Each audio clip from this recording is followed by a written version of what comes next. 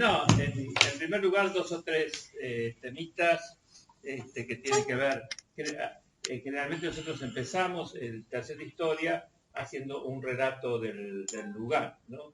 En este caso vamos a abreviar un relato y una recorrida por el lugar. Vamos a entregar un volante y el que quiera hacer la recorrida el sábado, la recorrida se tarda porque se va explicando qué fue esto, cuánto tiempo estuvo abierto, se cuentan algunas historias y se va contando, se va haciendo el relato, tarda más o menos alrededor de una hora. Este sábado a las 15 hay una recorrida por el lugar. Así que les pido, si se van repartiendo, agarran uno y se van repartiendo el volantito. En segundo lugar, queríamos contarles que la situación de los sitios, ¿no? La situación de los sitios es realmente tremenda, no solo por las amenazas de despido a los trabajadores que trabajan en estos sitios, sino por la falta total y absoluta del presupuesto. En este caso nosotros ya habíamos tomado algunas previsiones, ya con el gobierno de Macri, y armamos una asociación con la cual mantenemos más o menos el funcionamiento del lugar. Bueno, acá la compañera, después les vamos al que tenga ganas, al que quiera, al que pueda. La compañera tiene unos bonos de la asociación, cuando finaliza la clase, si alguno puede aportar, o llevarse el bono y después de su cuenta mandar lo que pueda o lo que quiera. Y en tercer lugar, en todo caso, decir que si bien esto es un taller de formación política, así está concebido, también tiene una doble entrada, que es el proceso de resistencia, del mantenimiento del lugar, pero que hoy ese aspecto de la resistencia ocupa un lugar fundamental. Es decir, cuando venimos acá, estamos acá sentados, no solo estamos aprendiendo, sino que estamos resistiendo con nuestros cuerpos. Entonces, bueno, agradecerles a todos los compañeros, decirles que vamos a necesitar colaboración en la discusión, vamos a necesitar que nos den una mano también en todos estos procesos que ustedes ven de armado y desarmado. Después el compañero que tenga ganas, que quiera, y que inclusive se integra al grupo de coordinadores que nos vamos viendo todo el año, porque después después del taller de historia económica hacemos otros talleres o charlas, va a ser muy bien recibido porque manos siempre se necesita. Bueno, muchas gracias. Le agradecemos por supuesto a la compañera y la dejamos a la compañera que haga la presentación. Vamos a presentarla a Marisa, aunque la mayoría de ustedes veo caras familiares, la conocen, pero de todas maneras vamos a presentar a la doctora Marisa Duarte, socióloga de la Universidad de Buenos Aires, aunque ahora estamos un poco enojados con la Universidad de Buenos Aires. Hace un par de días que no estamos contentos con la Universidad de Buenos Aires, pero bueno. Es la maestría en Sociología Económica de la Universidad de San Martín, doctorado en Sociología en Barcelona, directora de la revista de Realidad Económica, es una revista que realmente aporta muchísima información, y presidenta del Instituto Argentino de Desarrollo Económico. Pero además de todo eso, hay más para decir, pero voy a decir lo que más me importa, es una amiga. Es una amiga, la primera vez que la contactamos, apenas esbozamos cuál era nuestra idea, se puso acá y es una compañera más del taller, a esta altura, y una amiga, y en realidad es una a la que le tiramos todas las cosas para que las resuelva ella, más o menos. Así que es un gusto enorme tenerla cerca y bueno, ahora escucharla. La idea es hablar a unos 40 minutos, me ha dicho, lo que ella decida, y después hay un lugar para preguntas, para charlas. Muchísimas gracias. Bueno, Rita, Juan Carlos, a todo el equipo del taller de Historia Económica, ustedes muchos los conocen, por el esfuerzo desde hace años que hacen en sostener el lugar, y todo lo que decía Juan Carlos. Así que, bueno, y algunas personas que no están hoy, como Carlos Walsh y sobre todo Guillermina Oliveto, con quien habíamos hablado y en parte conversado sobre algunas cuestiones de contenido, pero bueno, no nos pudo acompañar hoy. Esperamos que en otras sí, ya esté aquí.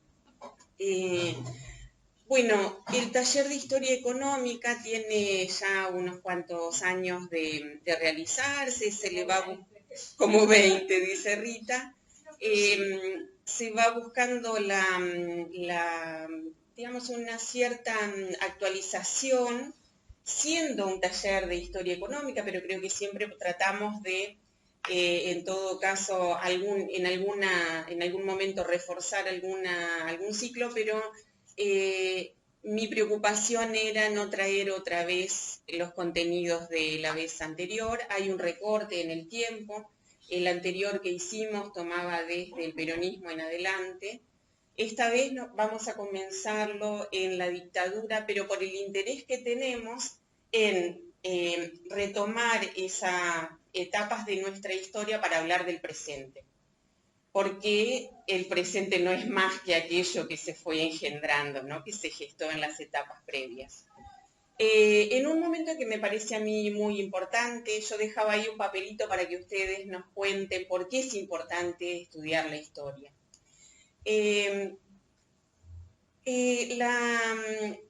La historia económica como disciplina, digamos, lo que procura es como una tarea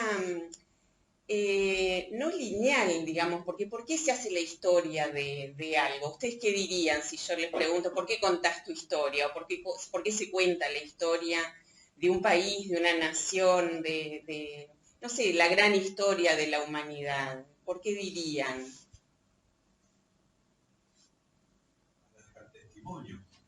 Para dejar testimonio. Para entender el presente. Para entender el presente. Pero también para construir cada una de las etapas, porque finalmente lo que va a quedar para los que vengan después no es lo que pasó, sino lo que se dijo que ocurrió, lo que se escribió que ocurrió, y ahí aparece algo, que es que las escrituras, salvo algunas, tienen una mano que las va plasmando en un papel y que después se trasladan y se convierten un poco en esa historia que todos conocemos. Entonces, unas pequeñas pinceladas acerca de esta cuestión, porque me parece que es necesario pensar por qué para nosotros que estamos aquí, que seguramente formamos parte de otras organizaciones, de instituciones, que nos desvelamos por esto de la vida en comunidad, por los bienes comunes, por la soberanía, por la identidad de nuestra nación, por tantas cuestiones que seguramente nos unen. Y lo primero que habría que decir es que nosotros, quienes hacemos desde el taller de Historia Económica este repaso por nuestra historia, luchamos contra algo que es la historia convencional, que no es la historia nuestra, porque no la escribimos nosotros. Hay una frase que dice, bueno, la historia la escriben los vencedores, y entonces queda plasmado eso. Pero eso también tiene un engaño que hace que nosotros nos retiremos del hecho de construir la historia, porque no nos sentimos vencedores de nada, y sin embargo no siempre perdimos. Ahora, ¿por qué nosotros tenemos la idea de que siempre perdimos? Porque hay alguien que nos dice que somos perdedores y que no tenemos ningún derecho a ser dueño de nada, ni siquiera de nuestra historia. Y entonces en nuestro país la historia es la historia mitrista, digamos, la historia que se escribió un poco en esa tradición, donde se consolida el Estado-Nación, 1880 a 1930, la cosa más o menos funciona.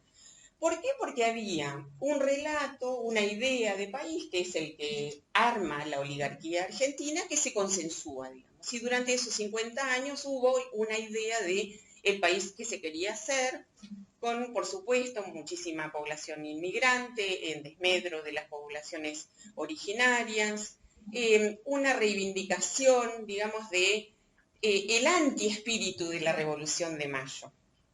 Es decir, la Revolución de Mayo tiene toda una tradición, pero acá una dorreguista me podrá decir, con el fusilamiento de Dorrego se termina el espíritu de la Revolución de Mayo y lo que comienza a transcurrir tranquilamente es el ideario que, por ponerle una etiqueta nada más, es el ideario mitrista. Pero que tiene a toda la oligarquía detrás, por lo tanto tiene recursos y por lo tanto todos nuestros manuales en algún punto tienen, traducen esa idea sobre lo que era la Argentina. Esa fue un poco la historia convencional, donde no había pobres, no había gauchos, indígenas, sino que la campaña del desierto es lo que va a marcar un poco cuál era la sociedad a la que se quería llegar, la que se quería consolidar y cuál era lo despreciable. ¿Qué ocurre con esa historia? Porque me parece que es algo que tenemos poco en cuenta, es que empieza en un momento en que se degrada el modelo agroexportador, cuando empieza la crisis a partir de los años 20, que estalla en el 29, 30, 31 y hasta el 33, es todo un periodo crítico y después comienza lo que va a ser, bueno, la década infame con un cierto armado institucional distinto, eso lo hemos visto en otros talleres. Lo que ocurre con la degradación es que hay oligarcas que empiezan a decir, esto no está bien, pero son oligarcas, pero no les gusta el espejo que ven de el deterioro, la corrupción, la mezquindad, la excesiva concentración de los recursos, la incapacidad de pensar un país para todos. Es decir, esto que después se va a tomar en el nacionalismo ya en los años, al empezar el siglo XX, es planteado por toda una corriente que va a ser como el origen de un revisionismo tibio, porque cuestiona no el régimen oligárquico, que les parece bárbaro, porque la crítica aparece en el corazón de la oligarquía, sino la forma que adquiere eso. Fíjense el reflejo que podemos tener acerca de esta vergüenza que nos da Milei dando vueltas por España y demás, ¿no? Que cualquiera puede decir esto, lo que dice está bien, o lo que quiere hacer está bien, pero como lo está haciendo, lleva a cualquier lugar. Y ahí aparecen uno de los primeros trabajos serios. Aclaro que yo no soy historiadora ni nada, pero digamos esta idea que tengo y que intento transmitirle a ustedes de la historia es lo que hace que les cuente, por supuesto, siempre es un recorte, si no tendríamos que plantearnos un seminario demasiado largo y hace mucho frío. Uno de los primeros trabajos serios los encabezan, o el que primero larga esta alerta y tiene la valentía de al interior de la oligarquía, compartiendo esa sociedad absolutamente selecta, conservadora, con todo lo que tiene la oligarquía argentina, son los hermanos Irazusta, sobre todo Rodolfo Irazusta, que viviendo en Gualeguay, siendo terratenientes de ese lugar, compartiendo la vida pública de la alta sociedad argentina de ese momento, escriben primero un libro sobre la historia de Rosas, que no reivindica todo, pero sí es reivindicadora hace una reivindicación de ciertas ideas que tenía Rosa, que lo que ellos decían es, esto hubiera podido contribuir a que el país fuera distinto. Estamos en esto en parte porque se despreció con la figura de Rosas por las cosas, por el autoritarismo, bueno, una cantidad de cuestiones que las clases altas del centro del país nunca aceptaron de Rosas. Entonces ellos escriben esa primera historia, se la hacen llegar en los últimos años de vida a Mitre, y a Mitre le cae como una patada al hígado, y lo borra prácticamente de esa sociedad que compartía, con la que tenía lazos, digamos. Y el siguiente texto, que para mí es más revelador todavía, es la historia del Imperio Británico en Argentina. Ese texto lo que hace es desnudar, es como si fuera el primer trabajo que después va a tener una continuidad bastante significativa en todo el análisis que hace Lisandro de la Torre sobre el comercio con Inglaterra. el contrabando, la dificultad para fijar los precios, la excesiva condescendencia de quienes comerciaban con Inglaterra, la permisividad con las exigencias políticas que tenía esa clase, los vínculos espurios, por supuesto la corrupción, una cantidad de cuestiones están marcadas en ese trabajo. Después se van a sumar todos los radicales que forman Forja después, donde están Arturo Jauretche, fíjense que es radical en origen, Homero Mansi, ¿quién más? Gabriel del Mazo, hay todo un grupo que va a presionar sobre esa forma de gobernar que tiene la oligarquía tan despreciativa de buena parte de la sociedad argentina. Sin embargo, lo que aparece es una condena a los rasgos, estos de deterioro de la oligarquía, pero no, recién con el grupo de Forja aparece una especie de puesta en cuestión de la oligarquía como la clase dirigente argentina. Más tarde va a haber muchos más enrolados en esta tradición, por supuesto el revisionismo histórico tiene muchísima producción, pero va a ser durante el peronismo donde realmente va a haber una corriente claramente identificada con los intereses de los sectores populares y ahora sí la crítica ya no va a estar dada dentro de los que componían la oligarquía, sino que empieza a haber toda una corriente que Jauretche está en ese grupo que inicia una crítica seria a cómo la clase dominante argentina domina este país. A partir de ahí sí comienza una historia que podemos pensar que es nuestra historia, muchísimo más rica, donde aparecen los trabajadores con una presión por el reconocimiento de los derechos que esta clase que se inserta en la escena política a partir de Perón debe tener.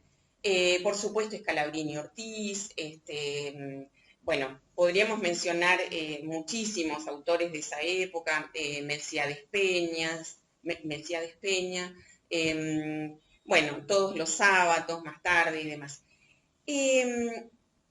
Hay una frase que menciona Rodolfo Walsh que me parece interesante para tener en cuenta cuando nosotros revisamos o intentamos sostener nuestra historia contra toda la producción que tiene y el dinero que tiene la historia convencional,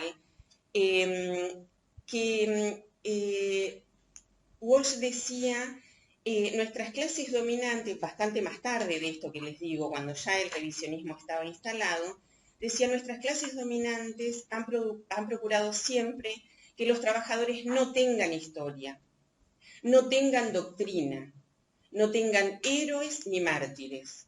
Cada lucha debe empezar de nuevo, separada de las anteriores. La experiencia colectiva se pierde y las lecciones se olvidan. La historia aparece así como propiedad privada cuyos dueños son los dueños de todas las cosas.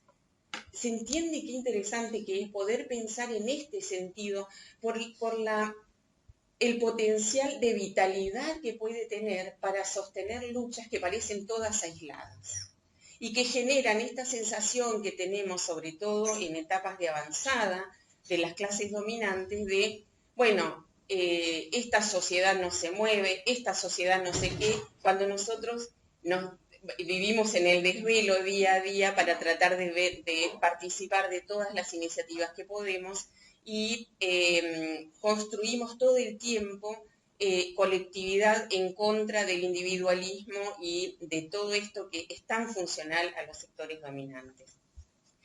¿Qué pasa en la historia económica? ¿Qué es lo que nos convoca aquí? Eran campos que no se tocaban mucho, porque la historia venía por un lado, tendría que mencionar también a Fermín Chávez, que después tienen derivas un poco raras, digamos, también depende de la vigencia del peronismo o no. Por ejemplo, Jauretche se distancia del peronismo todavía con el peronismo en ejercicio, y cuando ocurre el golpe, que toda buena parte de la intelectualidad respalda el golpe del 55, y acá hay otro artefacto de de esa historia que funciona, porque ¿cómo se llama el golpe del 55? Libertadora. Y que los que decimos el golpe del 55, ya ven por dónde, eso es lo que hay que hacer. Ahí están las discusiones, en la cuestión simbólica está el lugar donde nos plantamos. Y es muy importante, y no hay que salir con el trapo rojo, sino que hay que poder razonar y reflexionar acerca de todos aquellos artefactos de la derecha que nosotros tenemos inculcados y que funcionan solos. Ya sea porque en la escuela no nos explicaron que como hubo una revolución libertadora, después hubo algo que no fue un proceso de reorganización nacional, ¿no?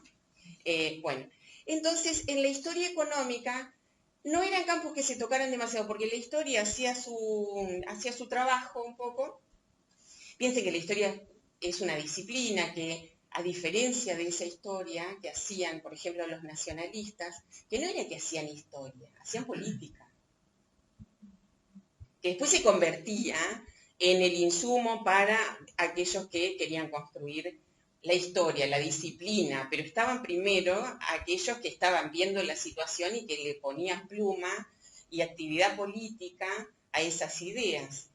En la economía pasaba algo, digamos, que uno puede pensar como similar en el sentido de que la economía hasta la dictadura en nuestro país y en muchos otros lugares también, por cómo fue cambiando el mundo, pero en nuestro país la economía era economía política.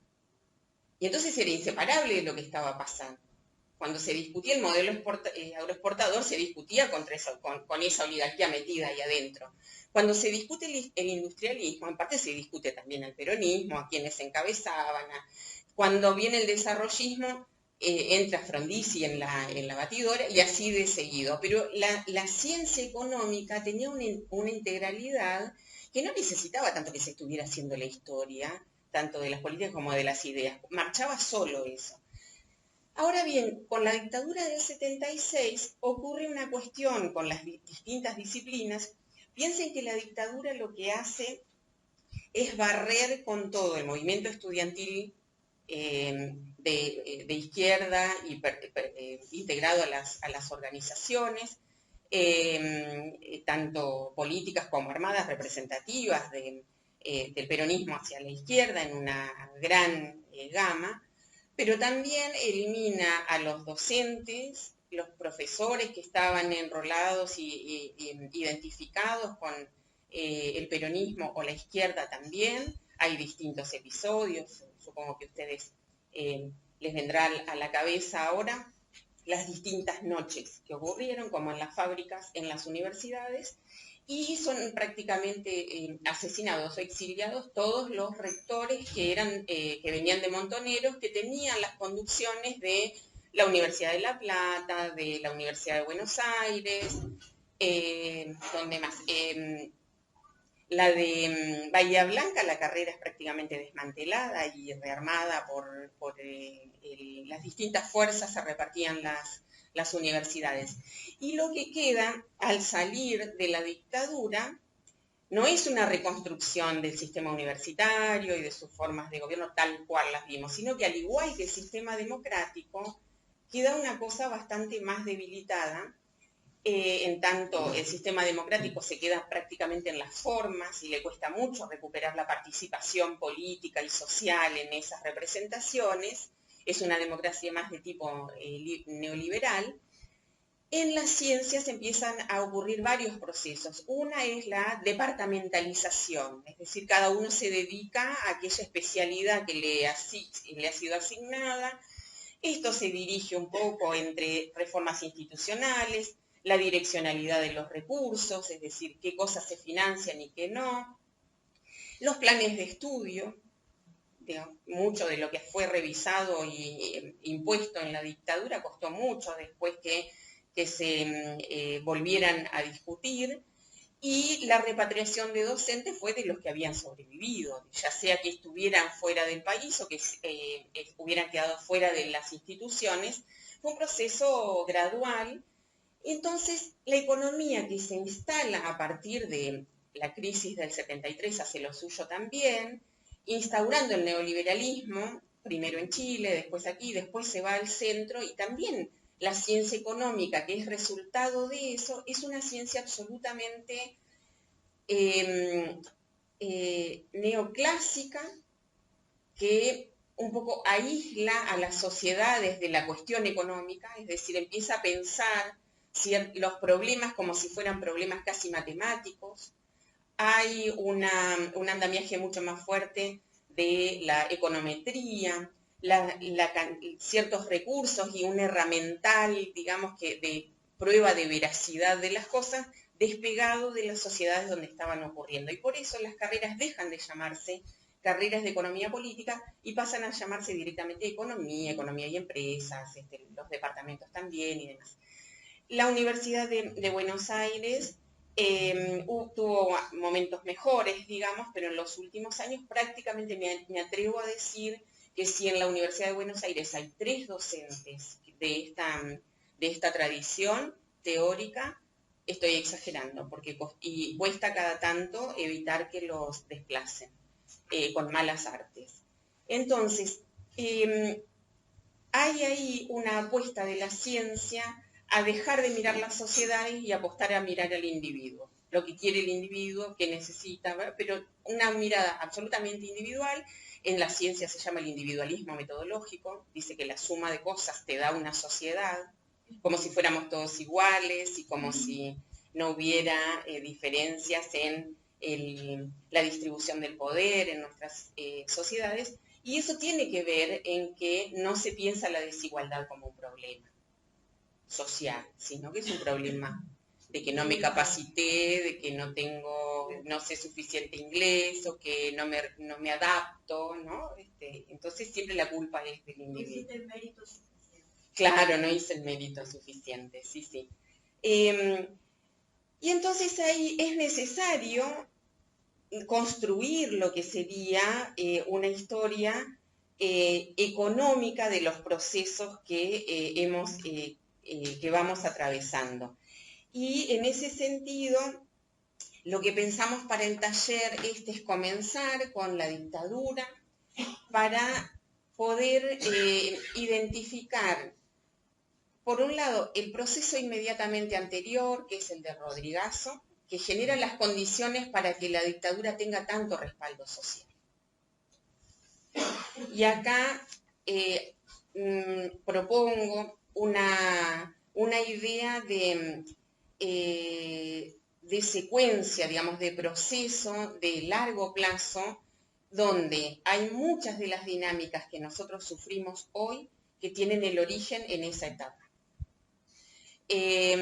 Nos duele decir que las dictaduras han tenido el respaldo social, pero creo que me fui a otro tema, y lo que quería decir del golpe del 55 es que buena parte de las clases ilustradas y de la intelectualidad respaldó el golpe del 55 por aversión a Perón y lo que representaban todos los personalismos y ese tipo de gobiernos a mitad del siglo pasado.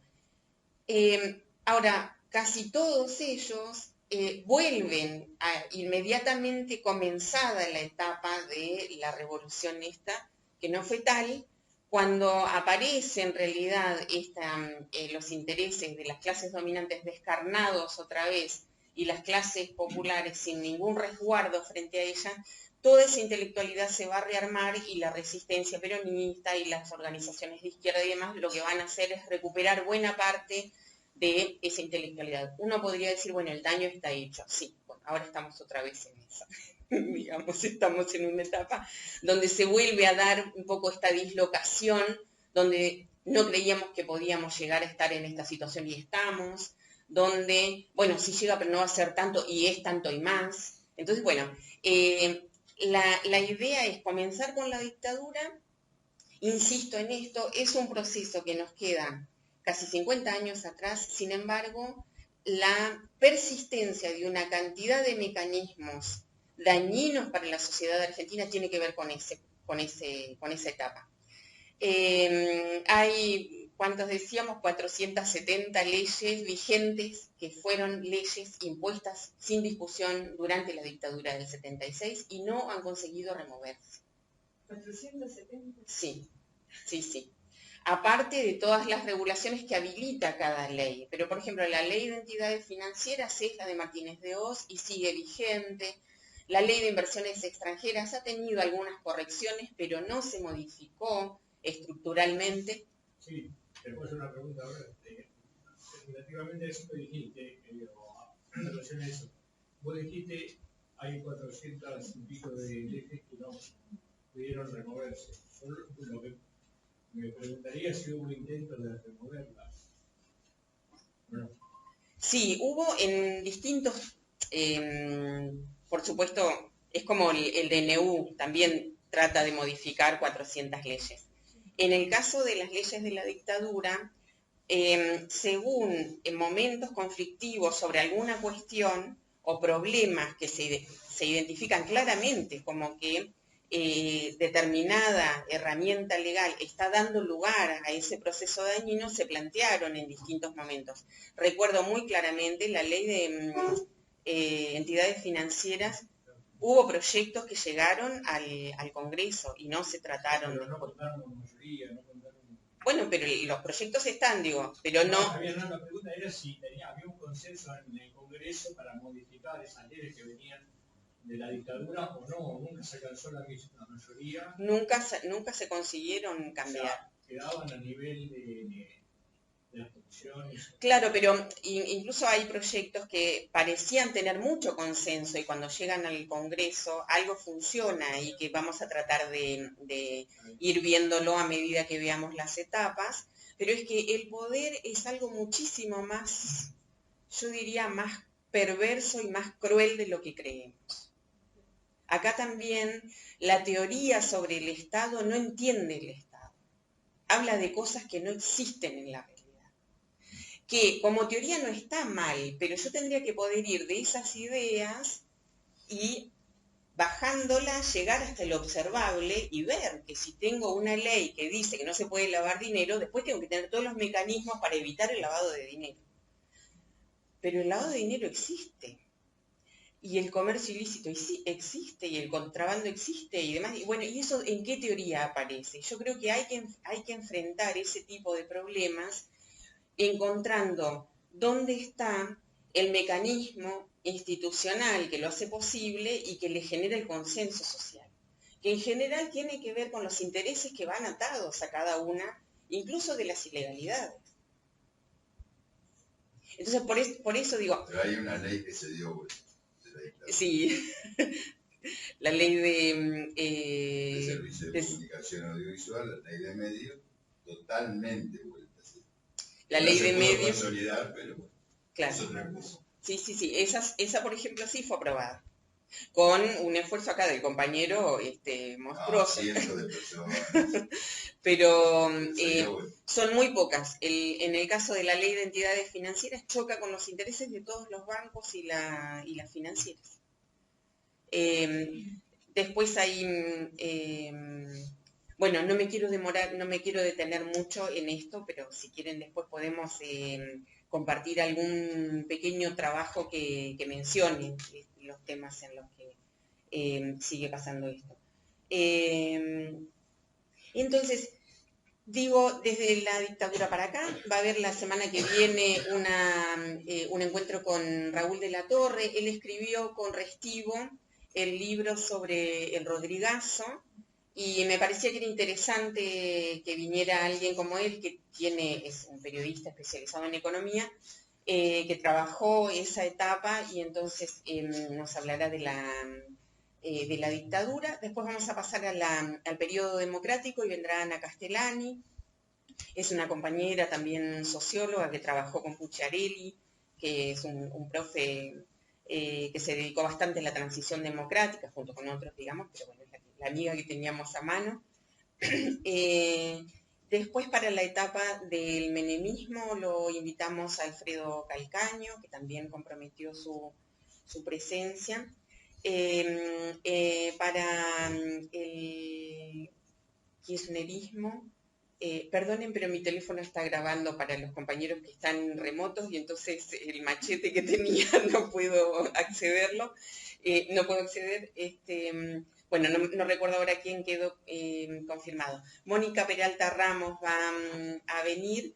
Tiene pendiente la confirmación de un viaje, pero la hemos dejado porque nos parecía interesante que ella viniera. Y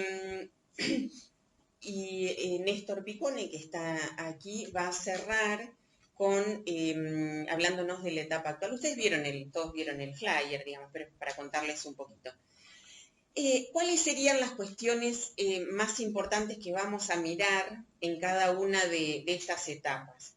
Por un lado, ¿cuál es el modelo económico, pero también el modelo de país que persigue cada etapa histórica?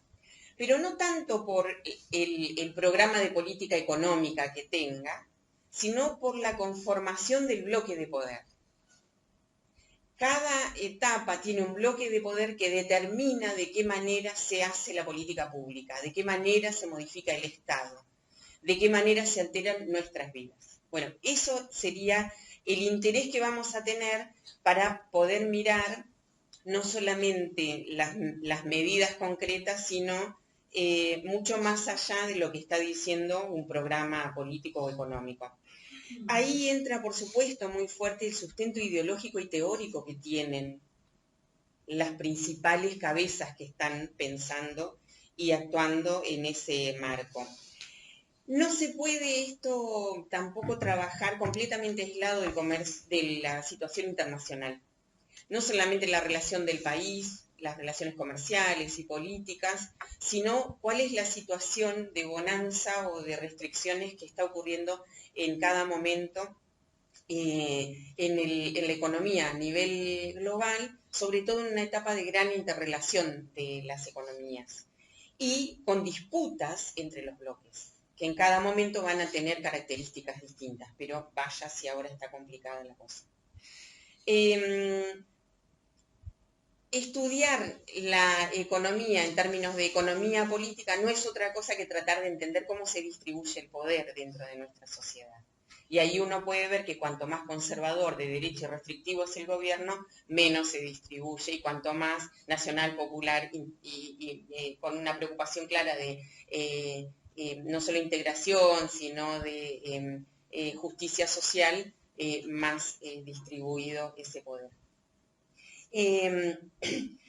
Tenemos una preocupación también por poner atención sobre las políticas de shock, porque creemos que estamos frente a una. Hubo otros amagues que creíamos que habían sido bastante bravos, pero quedaron como poca cosa respecto de la que estamos soportando ahora. Y por supuesto, a lo largo de toda la etapa vamos a tener una especial atención sobre cómo evolucionó el endeudamiento externo.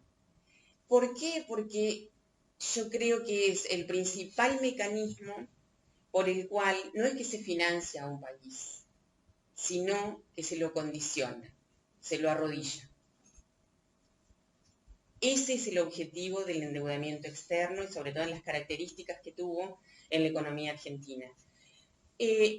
Una medida rápida que hacen los economistas nuestros, no los de los otros, es mirar la evolución de la deuda externa desde el 76 para acá, porque tenemos que tener en cuenta que cuando ocurre el golpe, Argentina tenía, no sé, según las cuentas son 6.000 millones de dólares de deuda externa o 9.000 millones de deuda externa. Quiere decir que eso es lo que costó la industrialización de todo el país prácticamente. Los 50 años de industrialización del país costaron eso en divisa. Cuando sale la dictadura y llega el doctor Raúl Alfonsín al gobierno, no se sabía a cuánto ascendía la deuda. Quienes hicieron la cuenta fueron el Citibank y las consultoras que estaban en torno a ese banco, que era uno de los principales acreedores, y le pasaron a Alfonsín una cuenta de 43.000 millones de dólares.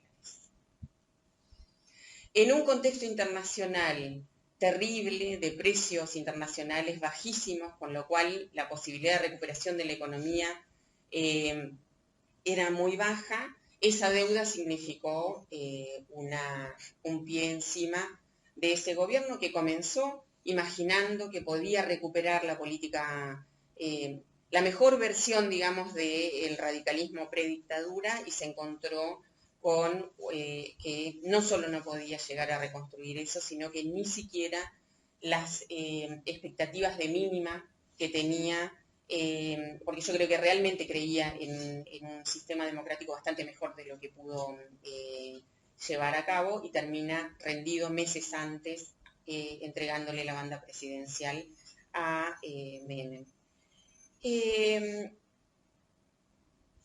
En cada una de estas instancias nosotros vamos a tratar también de registrar cuáles son las resistencias que tienen los procesos de avasallamiento, porque esto también es algo que queda silenciado. Y a mi juicio eso es lo que deteriora la moral, hace flaquear también ciertos principios que podemos tener y compartir, pero hay un momento en que quienes persisten en eso empiezan a dudar acerca de si es el camino. A nuestro juicio, tenemos que seguir consolidando esta mirada distinta del país que tenemos que ser muy poco condescendientes con los responsables de los males que aquejan a nuestra patria, porque me parece que son en cada etapa bastante claros. Tenemos que poder identificarlos, reflexionar sobre ellos, pero sobre todo aprender a luchar contra esos mecanismos de expoliación. Creo que hay distintas formas del colonialismo que se traen hasta hoy, y entonces este taller está pensado para pensar esas cuestiones, que es muy difícil encontrarlas en otros espacios, y si uno prende la tele a la noche van a hablar de cualquier cosa menos de estas. Y por supuesto, preservándonos a todos nosotros como un colectivo que sigue preocupado por los destinos de nuestra patria, que está en este lugar, que en este momento está siendo otra vez condicionado precisamente por lo que estamos haciendo. Así que yo les agradezco mucho la atención. Ahora vamos a abrir una pequeña rueda de intervenciones, y después, bueno, alguna cosita más que les puedo mencionar, pero me gustaría que ustedes comenten si tienen comentarios para hacer. A ver, muchachos y muchachas, una pregunta, comentario. ¿Quién rompe el hielo?